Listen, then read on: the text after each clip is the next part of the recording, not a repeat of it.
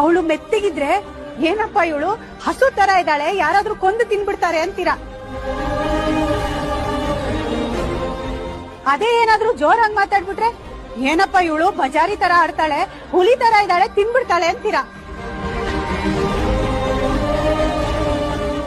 ಗಂಡನ್ ಮನೇಲಿ 1000 ಕಷ್ಟಗಳಿದ್ರು ಹೇಗೋ ನುಂಗಿ ಬದುಕ್ತಾ ಇದ್ರೆ ಅಯ್ಯೋ ಇವಳು ಪಾಲಿಗೆ ತವ್ರ ಮನೆ ಸತ್ತೋಗಿದ್ಯಾ, ಬಂದಿರಕ್ಕಾಗಲ್ವಾ ಅಂತೀರಾ. ಸರಿ, ಅವಳ ಮನ್ಸ್ ಗಟ್ಟಿ ಮಾಡ್ಕೊಂಡು ಗಂಡನ್ ಮನೆ ಬಿಟ್ಟು ತವ್ರ ಮನೆಗ್ ಬಂದ್ರೆ ಚೀಚಿ ಗಂಡನ್ ಮನೆಗ್ ಬಿಟ್ಟು ಬಂದಿದ್ದಾಳೆ, ನಾಚಿಗೇಡು, ಕಷ್ಟನೋ ಸುಖನೋ ಗಂಡನ್ ಮನೇಲೆ ಬದುಕಕ್ಕಾಗಲ್ವಾ ಅಂತ ಹೀಯಾಳ್ಸ್ ಮಾಡ್ತೀರಾ. ಹೇಳಿ, ನಾವ್ ಏನ್ ಮಾಡ್ಬೇಕು ಅಂತ ನೀವೇ ಹೇಳಿ.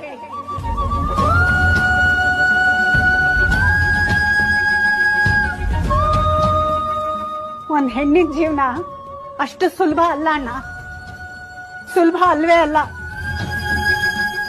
ಹುಟ್ಟದಾಗಿಂದ ಸಾಯೋ ತನಕ ನಮ್ಮ ಸುತ್ತ 1000 ಬೇಲಿ, 1000 ಕಟ್ಟಳೆ, 1000 ಮಾತು. ಅದನ್ನ ದಾಟಿ ಮುಂದಕ್ಕೆ ಹೋದ್ರೂ ಕಷ್ಟ, ದಾಟದೆ ಅಲ್ಲೇ ನಿಂತ್ರೂ ಕಷ್ಟ.